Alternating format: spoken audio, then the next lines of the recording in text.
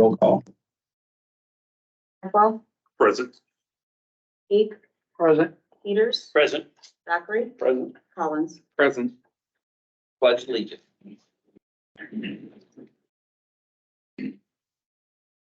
I pledge allegiance to the flag of the United States of America and to the republic for which it stands, one nation, under God, indivisible, with liberty and justice for all.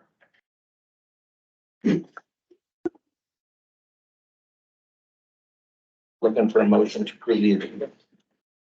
So moved. Go ahead, Brian. I just question if there's a need to go into closed session tonight. No, I don't believe so. If you guys would remove that from your motion. Okay, so moved. And also 7F was asked to be removed. I don't have the, I don't have the center either. 7, Polaris Ranger. They want to look at other pieces of equipment instead. 70. 70, Yeah. yep. Take off.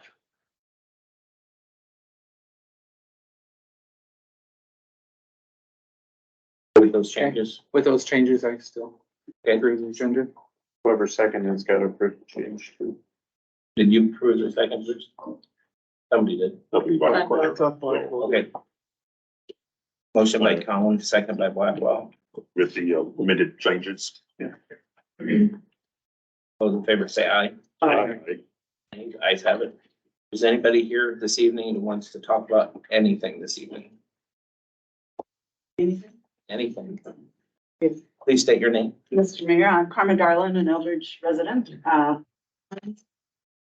Thank you for allowing us, and I think a number of the folks with me are here representing the library tonight. I want to make sure you know Tricia Kane, our executive director of the library, and Crystal Schaefer, I think you've met, who's the president of the Eldridge Fund, Friends of Life, not the Friends, the trustees, excuse me. We all, a number of us met together on August 28th, and we came as a listening to learn and learned a lot. And leaving that, we thought about how could we take the temperature, if you will, of just the citizens of Eldridge, the adults, 18 plus voters of Eldridge, of which there are 4,300, by the way. I looked up the census because we all think of we're a 6,000 person community, but there are 4,300 actual adults in town. And so we decided to do a petition drive, and I brought you the signatures tonight, but first I want to read you what they all signed.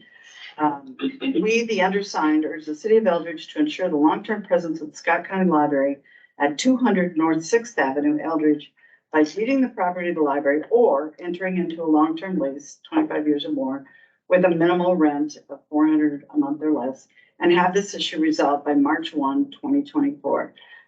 We were very pleased to see it on your agenda tonight, so we wanted you to have these and know. We collect 1,438 signatures, which interestingly isn't quite what you got. The last time you had a city election, you had 1,800 voters out of that 4,300 adults. So we respectfully present this, and again, very pleased to see it on the agenda. Thank you. And give that to the brigade. Does anybody else have anything they'd like to say? Yes, go ahead. State your name. My name is Ron Yossi, Eldridge resident. As you can tell, I have a hearing impairment. And I suspect that a lot of us in the audience here and others also have one. Very difficult to comprehend what you are even saying at this table. We have a lot of very professional people who are soft-spoken, and I respect that, I appreciate that. But more importantly, this is Eldridge City Council.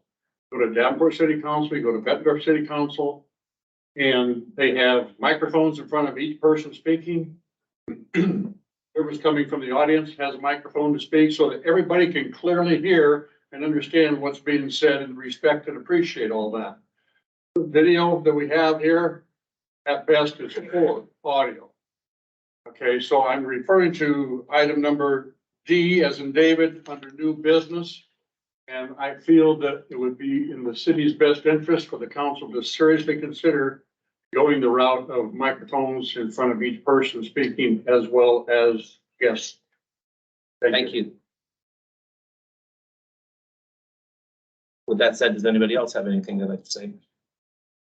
Okay, number 5, mayor's agenda. Approve the council minutes from the September 18, 2023 meeting.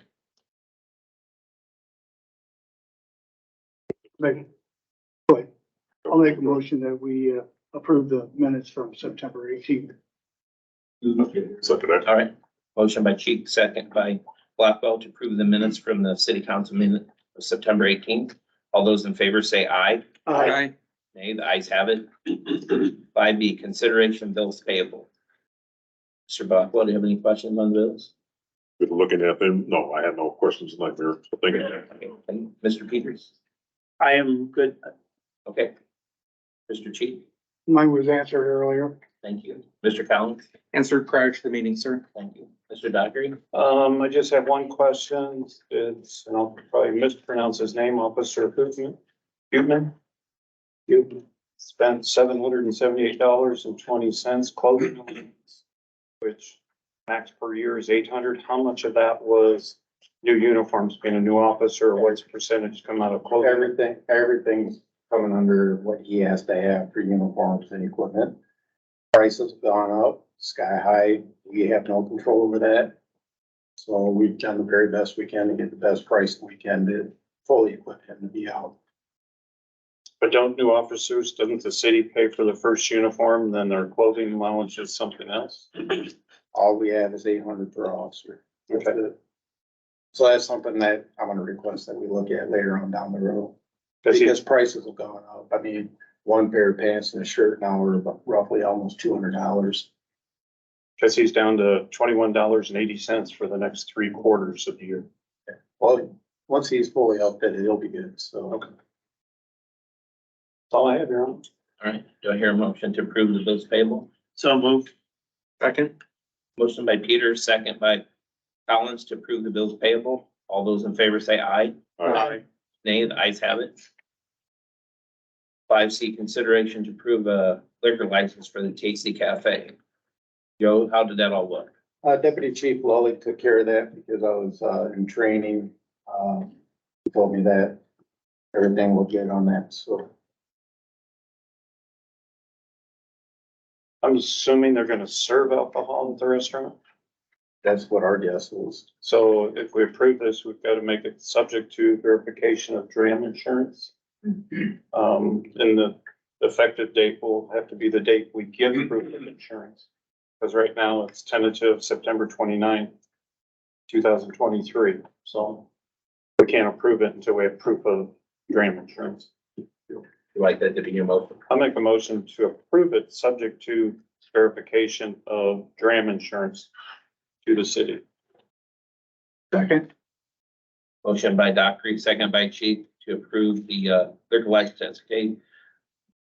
Pending approval of drum insurance. All those in favor say aye. Aye. Nay, the ayes have it. Old business 6A, consideration of a street patching project number 2 change order in amount of $14,650. Vanna, could you explain that? Sure. So the street patching project number 2, when they got to the patching at Donahue Street, there were some issues with the stormwater drain, and in order to correct those with a permanent correction rather than just a temporary fix, they had to purchase 2 additional double intakes and do some different grading and things on that street. So there was a change order request for $58,000, but then they did remove some of the patching on East Iowa to do a larger reconstruction project on Iowa Street in the next construction season. So it will all come out to a total change order of $14,650. That area in front of the old subway where there's currently a blacktop patch, that is still gonna be replaced with concrete this year. But there were some bad patches on bad area up around the curve there. Behind Dr. Elliott, those are the ones that are gonna get put off. There's a map.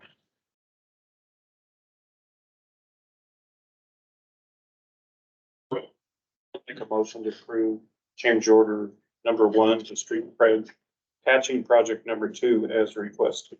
I will second that. Looks like kind of a hopscotch, but I assume that they're going to the areas really needed at this point, but it looks like down the line, there might be some more necessary. Motion by Dockery, second by Peters. All those in favor say aye. Aye. Nays, ayes have it.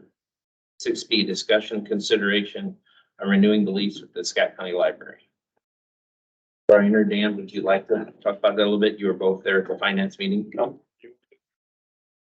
The finance committee met on the subject, and what we came up for a recommendation to city council, which I'm gonna give tonight, is doing a 25-year lease and have the rate of it be whatever our insurance premium is divided by 12. So if our insurance is $6,000, the rent would be $500 a month. You know, in 20 years from now, if it's $12,000, it'll be $1,000 a month. So that will put us in a stance, the city in a stance of being net neutral on income with that.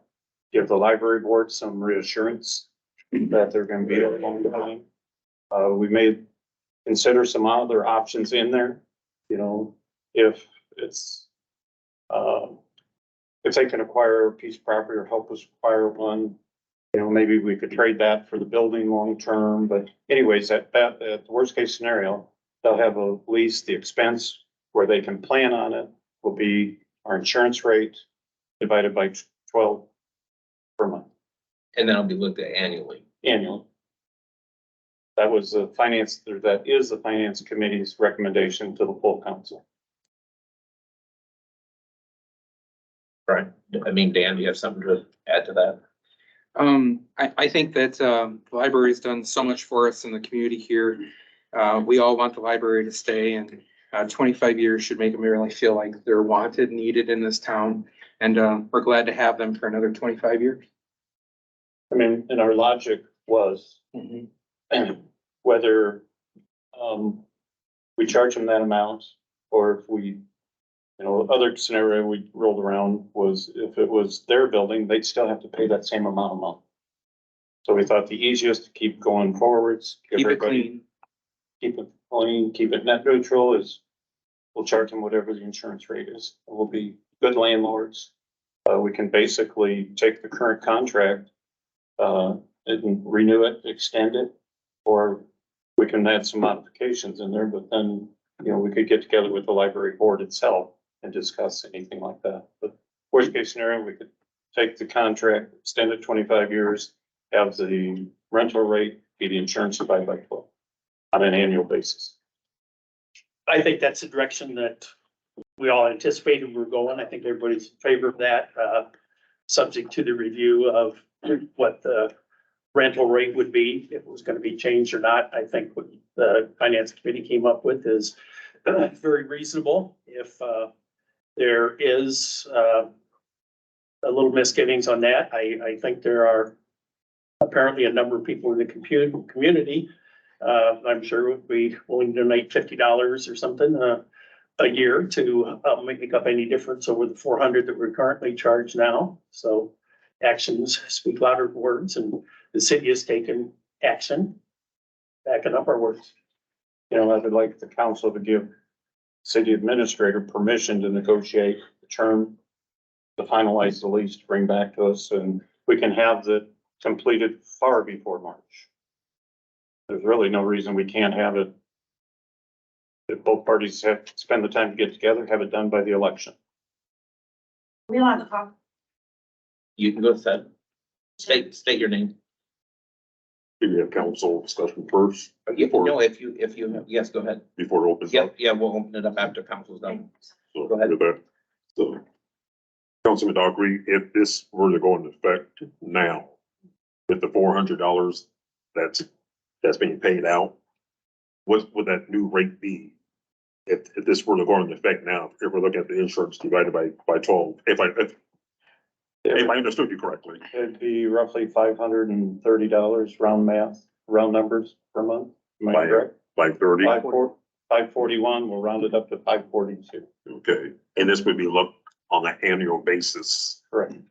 Okay, so if I understood correctly, we had two meetings prior. First, we had Crystal come, I I don't recall that date, so I apologize. Then we met as a whole at the library. My understanding and I guess, you know, the audience, correct me or anybody here, correct me if I'm wrong.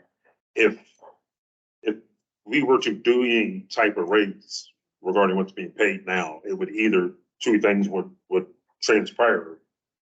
One, any type of materials would be reduced. Two, there might have to be pending layoffs or hours reduced regarding staff. That's what I thought I heard with that. And that was a concern with me if we were going to raise any of that, if it's going to take away materials from the public, or if somebody had to lose their job. I wasn't with that. So was that considered, or do you guys recall that when we talked? Well, we discussed things and we discussed, the main thing is, we have no interest in charging the library market rate on what a building like that would go for release for office space. Because that would be somewhere around $13,000 a month. We want to make it net neutral to the city to move forwards. Of our insurance costs. $1,200 difference now, that's Okay, not a drastic impact, I don't think, on anything. okay, if we didn't, say, I guess the goal was to cover the insurance costs for the city standpoint. If we were to look at to deed the whole property, then that would take us out of that where we wouldn't have to worry about funding that. That goes over to the library where we can concentrate our efforts. We're looking for a particular space for a city hall, if that's what we're using, or if we're using land maybe as a leverage with that. So was that talked about? That way there's no expense from us just to deed that to them in good faith? Same amount. It was talked about that the library board would end up paying the same amount per month, whether they pay it to us or the insurance. With their insurance. If the county had it, that's probably what they would have to pay themselves. Right, and one thing we did look at, the west end of that parking lot is big enough to build a city hall on right now. It's not big enough to build one for future expansions. So who knows what's gonna change in the next 25 years over the adjacent piece there? Because if the city did acquire it, then there's enough room to have a library and city hall and police station right there. If that's what future councils decide to do, I just don't think it's a good idea to restrict future councils' ability to take a look at that. City does own the property. We're looking at, library board will pay the same for insurance, whether they pay an insurance company or pay us. Good. In round numbers. Okay, well, thanks for answering my questions. Yes, Mr. Peters? Yeah, just looking at it, I mean, this 25-year lease, I think, has worked fine in the past, and I agree with Brian that, I can't predict 25 years from now. I don't want to handcuff the library or the city and assume that we can predict where things will be in 25 years. Since I've been in Eldridge, this is the third location of the library, and I think probably every time you've had one, they thought it would be a permanent one. This does not impair any future action at any time by anybody. If situation changes, things become more clear one way or another, future councils are free at any time to do whatever they want. At this point, I'm not comfortable saying I know what's gonna happen in 25 years and handcuff either side to something that is unknown. It's just indexed to our insurance rate. So it's a known number, library board can figure out their budget, just plug that number in, it's good for next 12 months. At the end of that year, we'll get our projected insurance rate from our insurance provider, take that number divided by 12, it's set for the next 12 months. And, Rich, go ahead. I like what the board did. I think it's a fair number. It shouldn't be that hard for the library to come up with that amount of money over 12 months to pay for the insurance. It leaves us out of paying extra from what we already do pay. So, I'm all for it. I think the library needs to stay here. I'm not against the library, I never have been. And I would like to see the library stay here. And for this amount of money, I don't think it's that big of a deal. So. And I'm like Bernie, I don't want to see council down the road having to deal with what we're dealing with now. They can deal with whatever they want to do down the road. But I think it's a fair offer myself. It's just a recommendation from the finance committee. I mean, next on the agenda, we'll see set a public hearing where we can discuss it. Full length, the county or the council, then we can take action on the 16th, but I think we owe it to them to give them a quick response. Is it our goal to have a definite, clear answer before the election? Well, if we set the public hearing for next week or next meeting, we'll have an answer. Okay. As I mentioned before, I just think it's, we owe that to the citizens, especially during the voting year, that they're where we stand at as a council. So, We have the ability to resolve this issue, give library board some security and move on, get it off our plate and just keep moving forward. good. Go ahead. She was first. Okay, go ahead. I'm Crystal Colbert Schaefer. I'm president of Scott Pet Library Board. I've got a couple questions and maybe just fact-finding answers for me that I don't quite understand. Mr. Dockery, you made a comment about then maybe the library could help us find a building. What does that mean? No, I did not state building. I said there's a property adjacent if the library could some way, shape or form, not saying it's even possible, help the city or future councils if they desire, try to acquire that. Why would that be the library's responsibility, the city hall? It's not the library's responsibility. But that's not the first time I've heard you say that. That's my concern. That's why I'm not willing to deed over the entire property because it's a potential for city hall in the future. Okay, so City of Eldridge owns the land that the library sits on, the building, et cetera.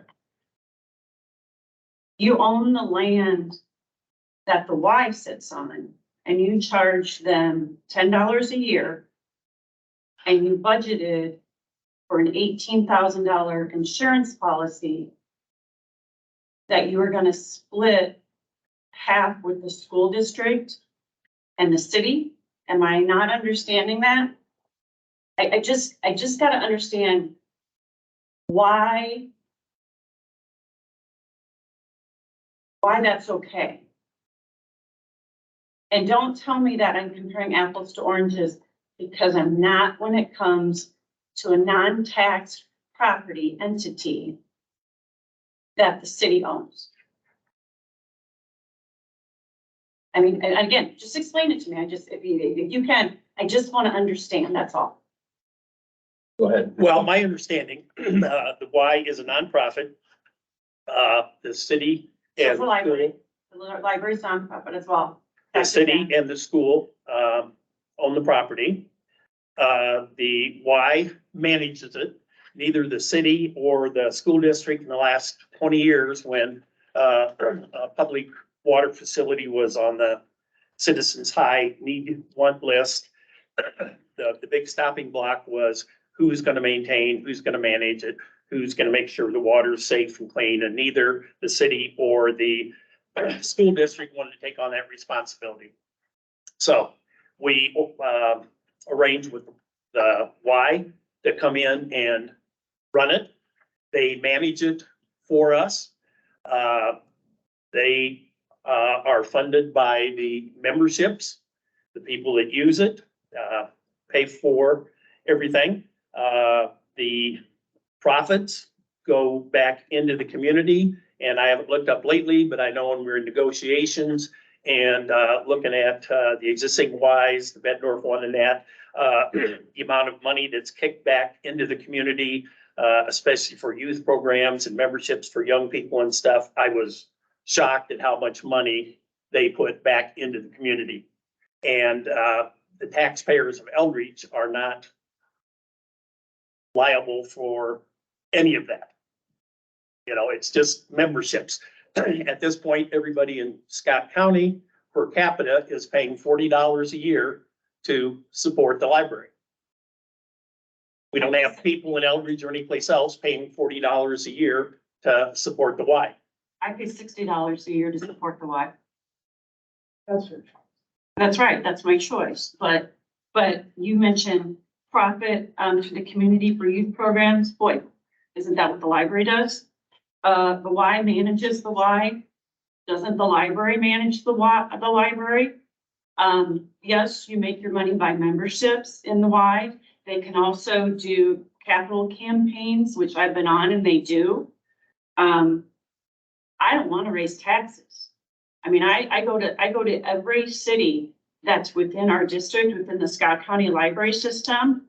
And I mean, I can proudly say that my board clearly does not want to raise taxes. Like I said, when I came here and I was, you know, how this all started, and was told my numbers were off. The only thing that goes in our budget up is benefits and salaries. So again, I am asking you, what is the difference? And with what you just said, that's the same to me. Difference is that the Y is not supported by the public. Yes. And Voluntary with by the memberships. They are not charged, everybody in the county is not charged $40 to have a Y built in Eldridge.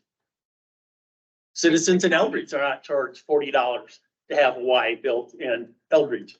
But you're paying their insurance policy, are you not? If I'm wrong on that, please let me know. If you're not paying it, I apologize. You're paying their insurance policy. Explain to me, what is the difference? Because you're wanting to be, what was the word, whole and not have that expense, and I get it. Net neutral, that was the word. Neutral, I'm sorry, I get it, makes sense, and I'll talk about that too. But you're okay to pay that for the Y, and that's $9,000 if you're splitting that with the school district. So again, please explain that to me so that I understand, because I don't. Well, I don't see your point either, that, you know, I thought it was apples, apples, and you're still making apples and an orange. No, But- I'm comparing apples to apples. Clearly, I'm comparing apples to apples. Everything that you stated, youth programs, management, whatever, I'm comparing apples to apples. I don't understand. The Y is not funded by any taxes, by us. So The library is. so We raise are taxpayer already funding. dollars, so raise taxpayer dollars so I can pay, so you don't have to pay that. When the Y can raise memberships, to pay for their stuff. Who Or said the you couldn't capital raise campaign.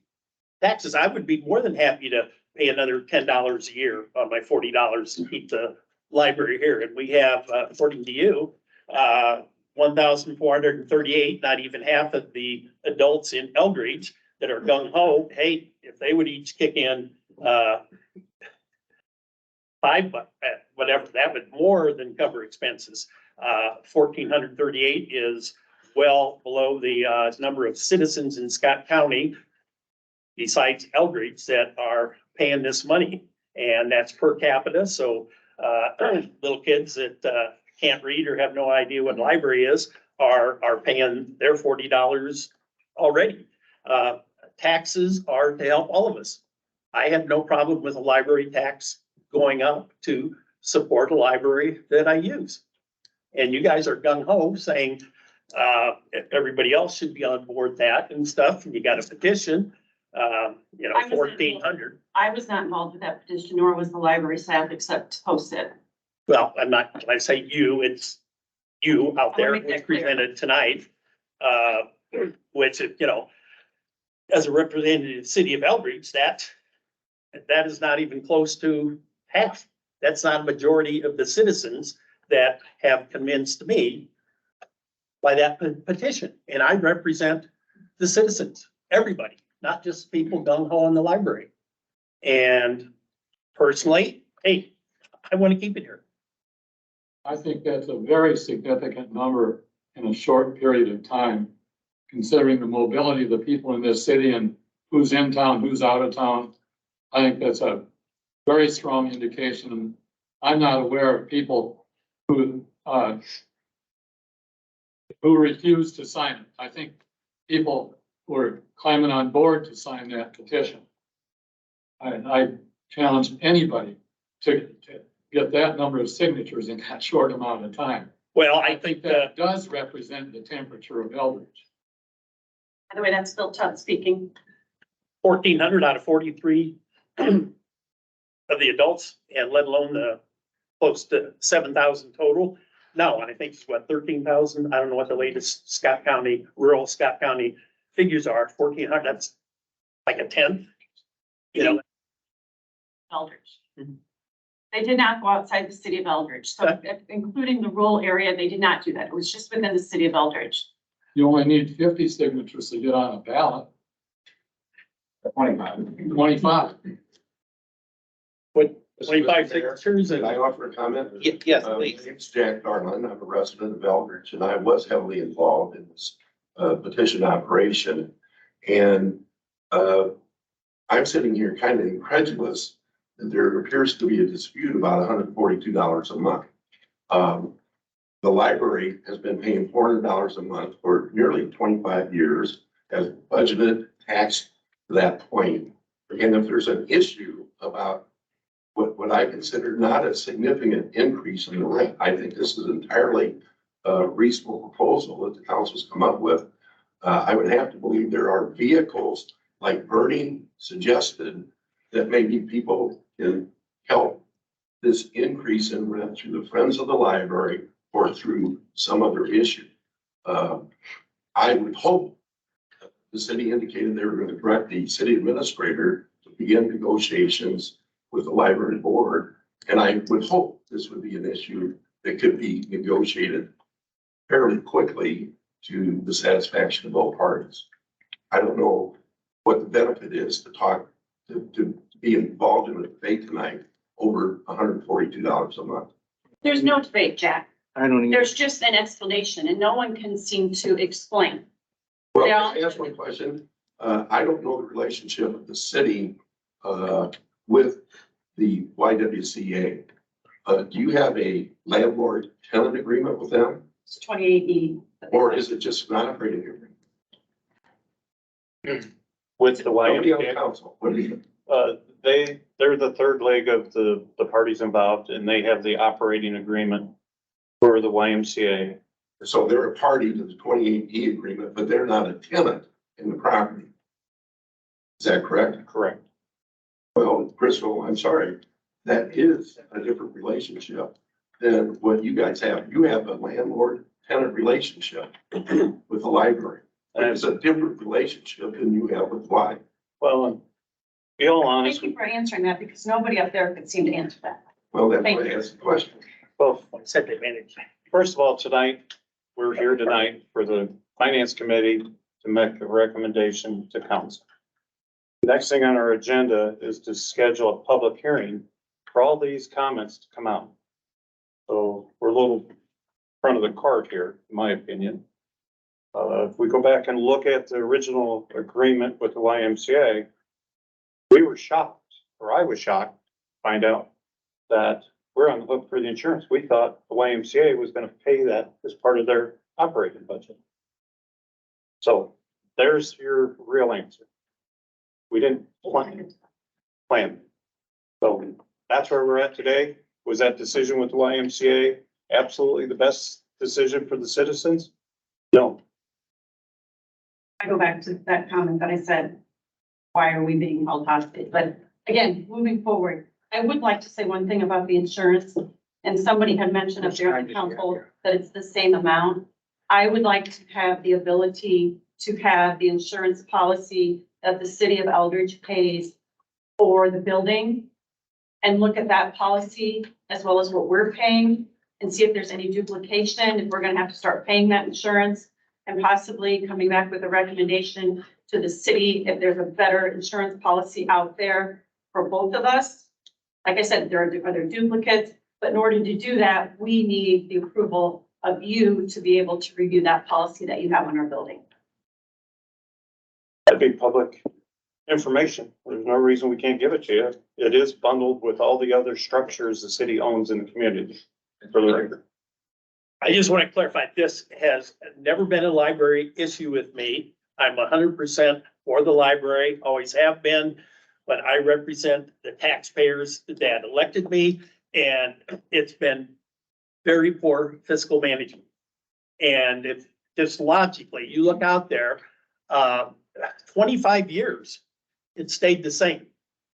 Can you look at anything out there? Are you paying the same gas prices you did 25 years ago? Are you paying the same thing for a loaf of bread that you did 25 years ago? Why are we the bad guys if we want our citizens to not have that extra little bit of burden by just being neutral on the city standpoint? I don't call you guys the bad guy. I don't think anybody's called you the bad guy. I think, again, it's the way that it was handled from the get-go. So again, we can move this forward and that's fine. And I appreciate that. I appreciate the finance committee. If you can move that forward, we'll just be, when you come, have your discussions on the next one and bring up those things with the insurance and things like that. No, I appreciate that. And I agree. Principally, you've always been upfront. You're very detailed, very technical. That's what we're trying to do. I appreciate that. But there are other people that have approached me and approached me as a bad guy. Not you, definitely. So just for the record, I'm not saying you, I'm addressing public. Bernie, been there, done that. I've got broad shoulders. I know, so do I. We have I two know. more people. I'll start in the back because he had raised his hand first and then you. Ryan Yossi Eldridge. I just had no questions, just a couple comments, and you hit on it at the end, Crystal, and I talked to you a week and a half or two ago, trying to find more information. So is there a duplication of insurance? I think there is. From what she explained to me, and what the city has for a policy, I think it would be prudent to reach out to the insurance company, find out if there's a better way, better option that can eliminate some of that duplication. Maybe the city can partner with the library on the same agent with the same carrier that can offer a better discount on the entire policy as a whole. The other thing I want to mention, I know it's been said a few times, but it seems like there's some urgency to get this vote done and completed by election. I don't agree with that. I think what needs to be done is have the best deal for the city and the library and the citizens mutually, not look at a target date of roughly 35 days from now. Clearly, it's a heated topic. Clearly, there's more discussions that need to be made, more information that needs to be obtained. Why push it for an election? That's all I have. Go ahead, Brian. Brian, if we don't set a date, it'll get dropped and we'll be doing the same thing months from now. I agree. If we have a target date of trying to get it done, doesn't mean we will, but it keeps it on the front burner to keep moving it forwards. That's why I use the election. You gotta have a date. Right. But you weren't the only one that brings election day in again. I wanted to just make sure as a whole, everybody's on the same page. That this is done in a good time frame, but for the right reasons, not the wrong reasons. Right, Brian. I definitely, I respect that, us taking our time and looking at that. I think we owe it to every citizen here in Eldridge, where we stand as council members, what route we're gonna go with this or not. Because there's still a lot of questions. As you can see tonight, back and forth is what is best, what's gonna take place. Are people gonna lose their jobs? Materials, are they gonna be declined? I think individuals, especially if there's 1,400 on that petition. Sure. Those individuals need to know where we stand at before the election. That's why. And I see where you're coming from, and I agree that it's good to know, but you might learn some, I might learn something, somebody else might learn something with further discussion that's not rushed. And what can be accomplished in 90 days can be huge, but to try to push something through in 30, 40 days, it's been on topic for less than 60 days. I think that might be rushing into not getting enough of the right questions answered to get there. It's the only point I'm making. I completely understand it. It can't be on the back burner. It's something that has got to be solved sooner than later. Go ahead. Alex Cahill, a proud neighbor of Mr. Dockery and Mr. Blackwell, at 354 West Broadmoor. I guess, just as a regular Eldridge resident who was at the meeting a month ago where we did have the discussion with the library board and the city council, one thing that kind of stood out to me was I was a little surprised actually at the number proposed tonight, because when we were at the meeting a month ago, everyone was saying we want the library to stay and we want either keep the rate equal or even lower or deed the property. And then I guess what surprised me tonight was the fact that there's an actual increase. I think that was the word that was missing from that entire discussion a month ago, was that, you know, there really wasn't anyone contemplating that there was actually going to be an increase. And I get the fact that there's, you know, everything goes up with time and everything, but I look at the library as a resident as it's a community investment. And that way it is similar to the Y. And even though the legal relationship isn't exactly the same, the principle is that you invest in the library and you're investing in the Y, and the Y is getting a $10 a year, payment to the city, and then $10 a year to the school district as well. So I think there's this in the fundamental concept of fairness, that you have one entity that's obviously serving the community overall and not just the citizens of Eldridge. You also have the library serving the citizens of Eldridge and the overall community. The other thing that is a little frustrating to me personally is when we talk about, we're really talking about a difference of $400 to $6,496. We just got done approving a $3.5 million tax break to a multi-million-dollar private company. And when I did the math, if we had not done that tax break, you could have funded the library's insurance for about 538 years. And to me, it's a value issue, is why are we giving that money to a private multi-million-dollar company that frankly probably doesn't need it? But here we are squabbling about whether or not we can, give the library a little assistance here and keep the rate just flat going forward. The issue. Thank you. Thank you.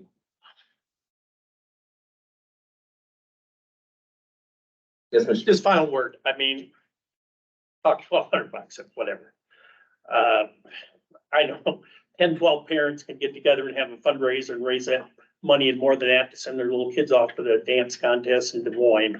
If you people are serious out there, there are ways to do it. I will volunteer. I will organize art auction or something once a year to have people donate things and auction it off to supplement the library's income. There are creative ways to do this. I'm not gonna get the. Do it, you people. I'm your fellow citizen. I'm just conversing with you, Mr. Peters. It's not you people. I just want to be part of the conversation. That's all I'm asking, but just don't refer to us as you people. There's more. There's 1,400. You animals, you what? I see people. We're gonna move on now. That's been enough. That the next thing will be a public hearing where there'll be time for that. I wanted the library, whoever, to be able to say a little bit tonight, because I know this has been important to everybody, but the city's doing their best to try to work this through at a very reasonable and agreeable thing with everybody. Mr. Darland was there when the finance committee met. I realized it was his petition and a group of citizens, but all those citizens, Eldridge, understand things go up. So there will be a public hearing, and that is the next thing on the agenda here. Consideration of a resolution setting the date for a public hearing on the proposed Scott County Library fees. Whereas a resolution approving a public hearing for the term for a lease with the Scott County Library headquarters located at 200 North 6th Avenue. Whereas the current lease for the city-owned building located at 200 North 6th Avenue and occupied by the Scott County Library will expire on May 31st, 2025. And whereas the City Council and Scott County Library Board would like to set terms for a new lease. Be it resolved, the City Council of the City of Eldridge, Iowa will hold a public hearing considering the terms of a new lease agreement at the City Council meeting on Monday, October 16th, 2023.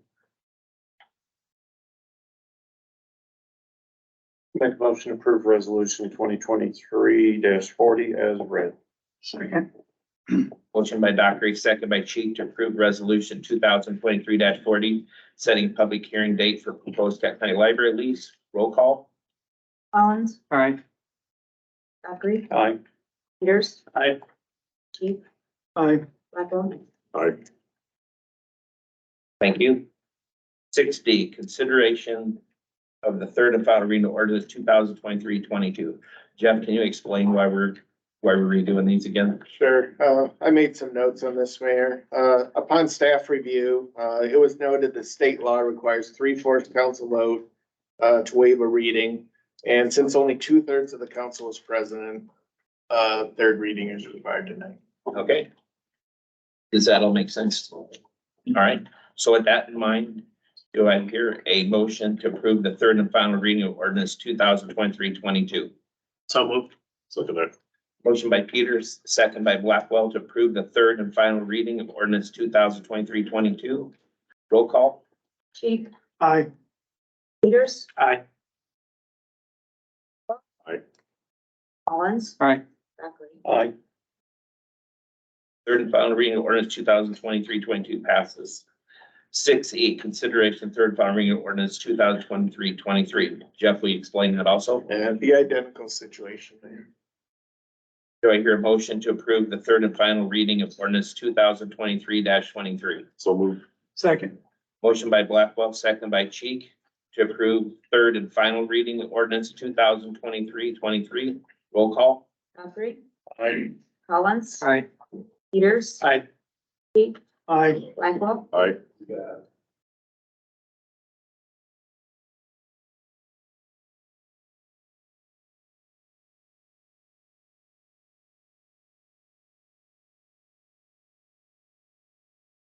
Seven A, consideration of resolution 2023-37, adopting rules and procedures for city council meetings. Did you all receive the packet that talked about that? Do you guys have any questions for Nevada about those? No, we're gonna do them. Let's enforce them. Nope, there's just been. Yeah, go ahead, Brian. In here, it alludes to city manager. I think that needs to be changed to city administrator throughout the document. Because we don't have a city manager. Good catch. Rule 22, the second bullet. Number 22. Yeah. I think we need to include at the end of that statement, mayor and city administrator. What was that? Number 22, bookmark number 2. So after council member individually, Yeah, or mayor. or mayor. Take the or out, put a comma, council member individually, mayor, city administrator. Or however you want to line those words up, make them That's- proper. 22. Rule 23, the fourth bullet. I don't know if we can, suspend anybody from attending a council meeting, their public meetings.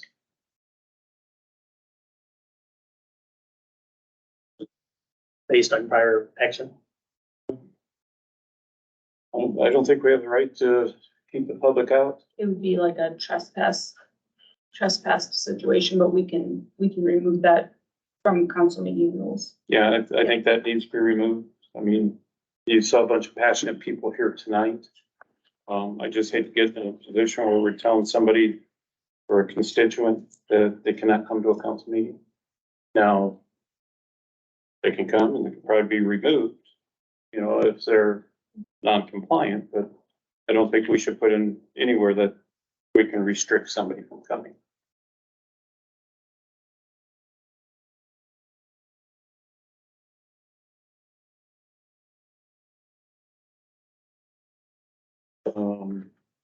I had highlighted in 29,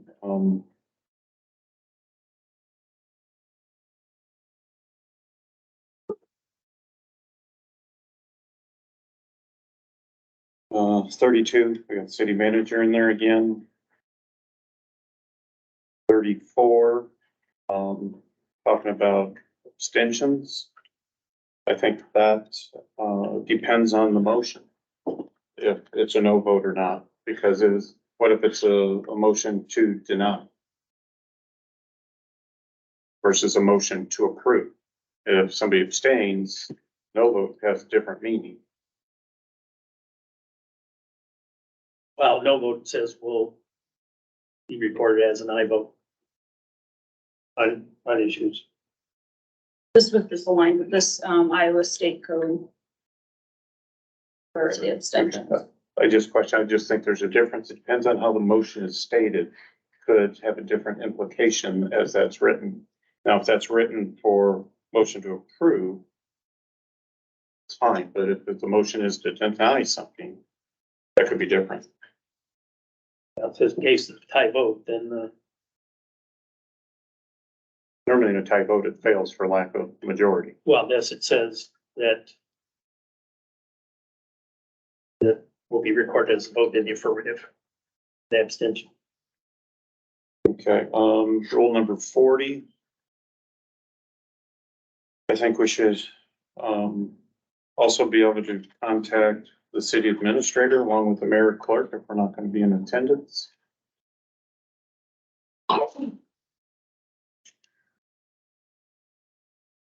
Those are my comments. Thank you, Brian.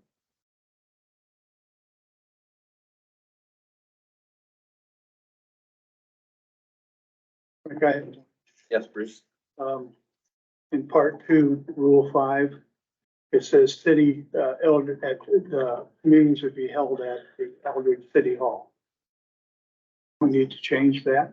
Yeah, so actually we had it updated to Eldridge Community Center based on the conversation at the last meeting, and somewhere between going back and forth and making edits to this and getting it posted, it didn't hold that change, but it was supposed to be updated to the community center, so this would be based on that discussion.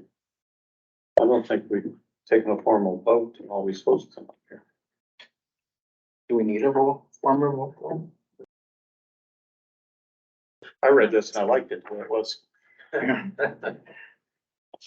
We could pick a primary place, note in there that it could be moved to community center if needed.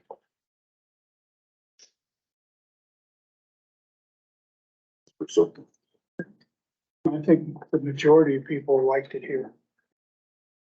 Staff, When we did the consensus, Bernie, you weren't here, so I'd like to ask you how you feel about that, but city staff, some of the department heads, some of the people here didn't care which way, but just pick one permanently. But more than 50% of people asked would prefer to have it here, moving forward, because there's more room for people to come here than to squeeze in a city hall and be stacked up. I will meet wherever we're scheduled to meet. Okay? I wasn't here that night either, and I like to say it's nice not having people behind me and where people can spread out, especially with winter coming and the COVID rising again, so I would like to choose here. Okay. So can we go ahead with the consensus, or would you like this to be on official vote next time? My consensus is Plenty good? plenty good. Okay, then that will be changed on there then to community center.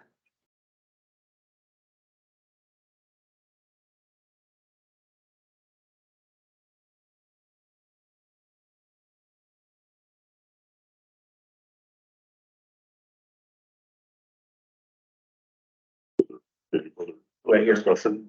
if nobody has any questions, do I hear a motion? So move. Second. Motion by Blackwell, seconded by Cheek.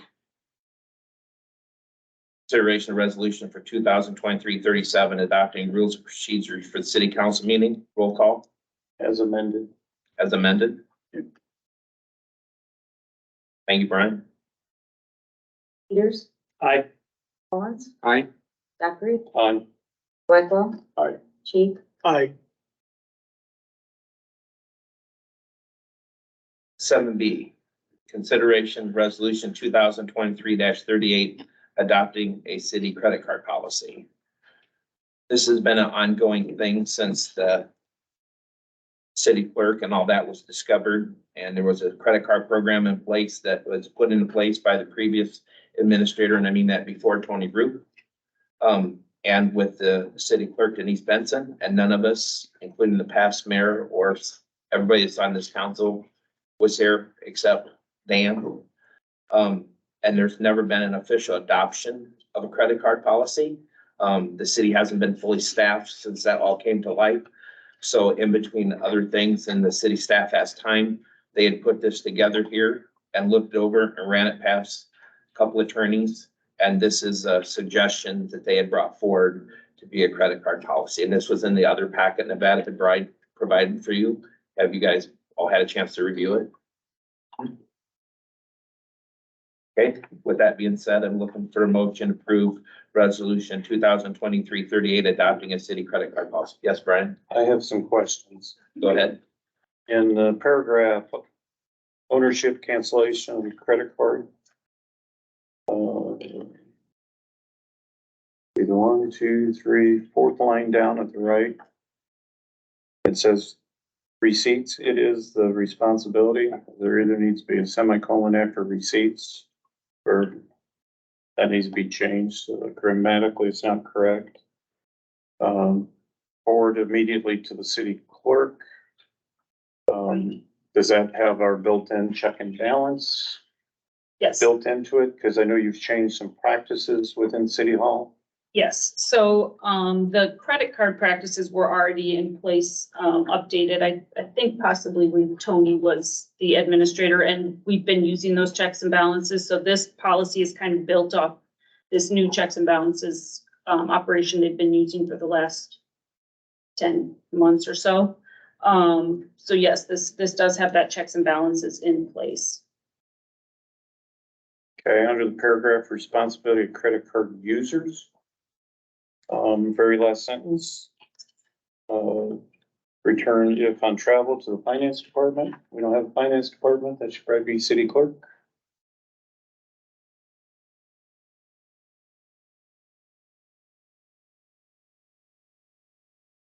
The very last sentence on that page, communicating with the city administrator when card cancellations are necessary and terminating accounts of individual authority to use cards.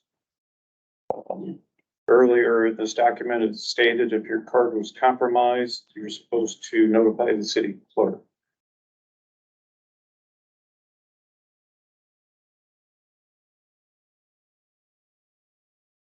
And I have no problem if they notify the city administrator, but I think city administrator and city clerk need to be notified if the card is compromised. Another check for balance. Okay. We can just put contact city clerk and city administrator. The other thing is, I didn't see in here, and I've read it pretty thoroughly. I think we need the ability to set the spending limits per individual on their credit card.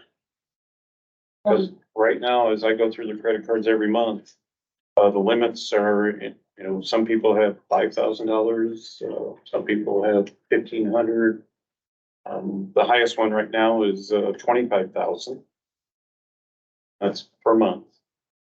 But that's tied to sewer plants, because sometimes they have big expenditures down there with pumps and stuff. I think we need to, in this document, have the ability to set the exposure per card per month.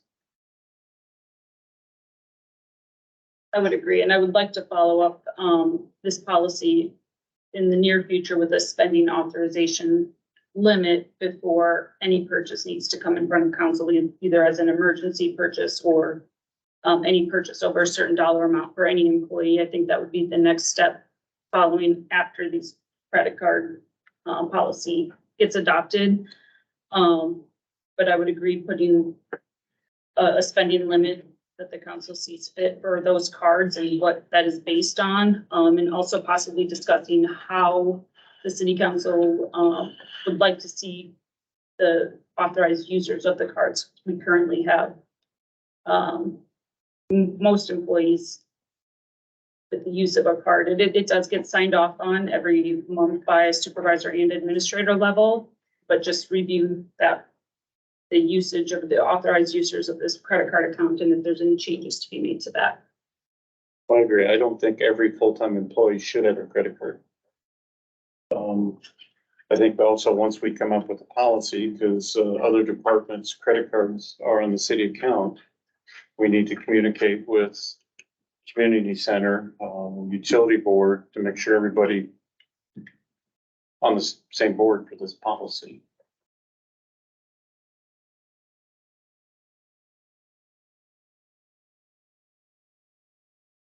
So you want to make that motion, Brian, with those changes? Um,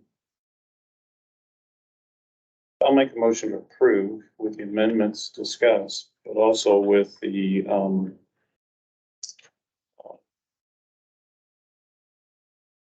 acknowledgement from the other city units. Whether that's community center board or utility board, all their credit cards come in as city Eldridge. I mean, they pay for their own enterprise fund employees. But we're still on the hook when somebody swipes that card at the end of the day. I just think communication back and forth would be a wise choice. Do that motion then? Yes. I second that one. All right. Motion by Councilman Dockery, second by Councilman Collins to approve the resolution 2023-38 adopting a city credit card policy with amendments and checking with the other boards. Roll call. Keith, Aye. Blackwell. Aye. Peters, Aye.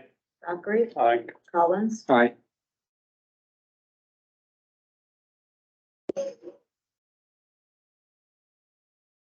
The other one we have here is consideration of resolution 2023-39 approving a public records policy. Nevada, can you explain that a little bit? What's been going on? Yes, so this is another policy that was drawn up over the past few months, and so now we've got a little time to look at this, but we have a practice in place for when we receive FOIA request or request for public records.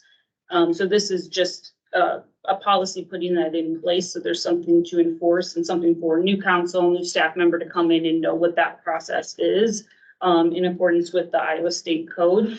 And that way we can have that in place. We can put it on our website, put some direction on our website as to who to address those FOIA tos and what those guidelines are, policies for being able to charge for any request that is outside of the norm or that takes extra resources or legal resources to be able to fulfill. Not unusual, not any different practice from what we're already doing, just putting it in policy. This was also sent out in that packet. Does anybody have any questions for Nevada? Yes, Brian? On the first page, under administrative procedures, fourth paragraph, it states 10 working days. Now there's circumstances where it can go up to 20 days. But I think we need to put in business days. Because wintertime, if we're plowing snow and everything else, that could be considered a working day. I think we need to tie it to that. The fees for the digital stuff. I don't know what thumb drives and all that costs anymore. Is that reasonable? $5 seemed cheap to me for a thumb drive. So we do have some that are cheap. They don't hold as much. I think we would have to put $5 or more. I think if we had to use an actual flash drive that held a lot more content, they are more expensive. But generally, if we're able to fit it onto just one of the typical ones that we use for council meetings and such, they're fairly cheap. But I think it's a good starting point. Typically, we'll try to fulfill without charges, but these are just for those cases where we have a lot of extra content that takes more resources. And I didn't see it. Do we have at our discretion whether we want to provide it digitally or printed? Typically, that ask will be in the FOIA request, not always. I don't know. I think we typically fulfill them with paper unless they're asked to receive them digitally.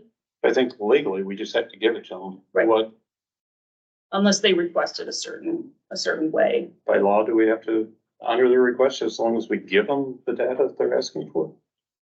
I don't know that there would be a law that would restrict the way that we provide it to them as long as we provide it to them, but generally we try to fulfill their request if we can and it's not unreasonable, but I don't think there's any law that holds us to fulfilling it either paper or digital. I'd like to see in there, it's up to the city's discretion on what media they use to satisfy the FOIA request.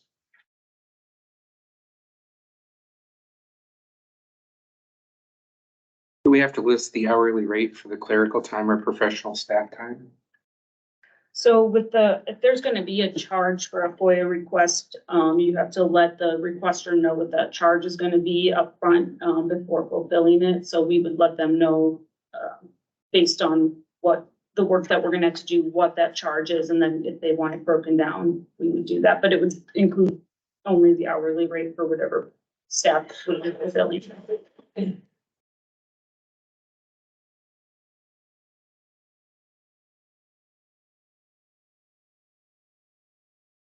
Any other questions?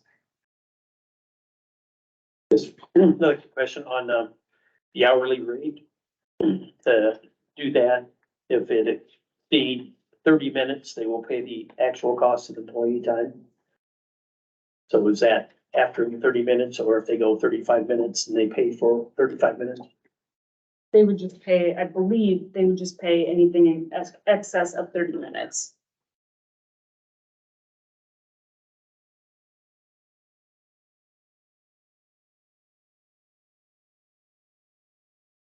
Typically, ours goes through our city attorney to fulfill our FOIA requests, and you don't charge for legal services unless there's specialized redaction or something that needs to be done. That wording is not real clear.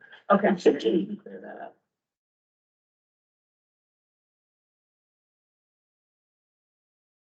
Any other questions?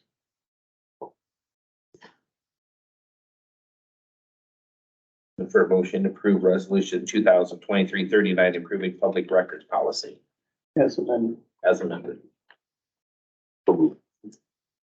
Here a second. Second. Motion by Blackwell, second by Cheek, to approve resolution 2023-39, improving public record policy. Roll call. Blackwell, Aye. Collins, Aye. Speak, Aye. Peters, Aye. Zachary. Aye. 7D, discussion of a desktop microphone audio system for city council meetings. Go ahead. Well, sounds like the decision's been made to hold meetings here. Earlier tonight, I'm looking around the room, we have a camera in-house here. We have an audio system here. Can another camera be put front and center here? And then microphones through the communication systems for the community center for this room? I'd be happy to look into that. Okay, I noticed there's a camera over there Camera too. back there too. And then a podium for the. Yeah, and we could have a wireless speaker on that. And we do have a couple of podiums too in storage here. Okay, I would suggest putting the podium right in the middle there so we can, I'm tendency to have to turn to look at everybody tonight that was talking because they were over on this side. And I think Brian and Dan probably had to do the same thing. I'd like to see these tables at a wing formation. Yep, I agree. We do that too. Yeah. We can experiment with Spread out camera more. angles. So we have this technology in this building. Is there a way we can tap into it to give Mr. Yossi, microphones? I mean, it's here in the system, or in the building, they use it in the skate rink, so there's gotta be a way. Sure. We may still need just the desktop microphone pieces of it, but they should be able to find something compatible with the system as far as how to amplify that sound. So, Mr. Peters? I think at this point, everybody is, in favorable of, at least looking into that. So I, think by affirmation, we can give someone or appoint someone to look into the cost and the things, and I'd be happy to work with Jeff as liaison to the community center. They've been obviously they're part of the city, so they're very good to work with. Jeff in Nevada, can you look into that then? Sure. Right? Any other questions? Activity person, Martha. Is the auditor gonna be starting? Well, the auditors are on site as of today. They will be on site till Wednesday. Okay. That's going very well. All the audit papers that they have requested have been turned over to them. And I also wanted to inform the council that we finally closed the year that just ended, September 15th. But what we needed to do that had not been done in the past was actually clean up our general ledger and our chart of accounts before we could close it. So this is a stack of accounts and corrections that were needed to be made. So any red flag that popped up, we fixed it, and now we've got a clean start with our new year.